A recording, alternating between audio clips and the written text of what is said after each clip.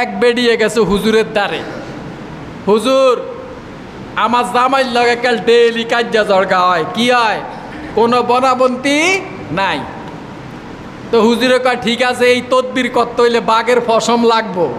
কি লাগবো? বাঘের ফসম যদি আইনা দেন তাহলে এই ফসম দিয়া তদবির করলে আপনার জামাই একে সোজা হইয়া যাইব। আন্নে জ্যামবে কন হেমনি কথা শুনবো। মহিলা চিন্তা করছে তাহলে আমি সেই সুন্দরবন যামু, যাইয়া সেখানে দু একদিন থাকুন লাগলে থাকমু, খানা টানা দিয়া কোনো রকম বাঘেরে দিমু, দিয়া গাও জ্বালা দিয়া বাঘ যখন যাইব গিয়া লাইট মারিয়া চামু ফসম ফরছিনি, যদি পাই তাহলে হুজুরের কাছে আইনা দিমু, তাহলে উপকার পামু। মহিলা একদিন 2 দিন 10 দিন এইভাবে বাঘের পোষ মানাইছে, আর বাঘে আর মহিলারে খায় না, কোনো কিছু করে না। বাঘের এখন মাথা মুচ্চা দেয়, আর ফসম যা করা দরকার 8-10টা কাগজের মধ্যে লইয়া পীর সাহেবের কাছে আইছে। হুজুর আন্না না কইছেন একটা আনতাম, ফসম আনছি 10টা। কয়টা? 10টা।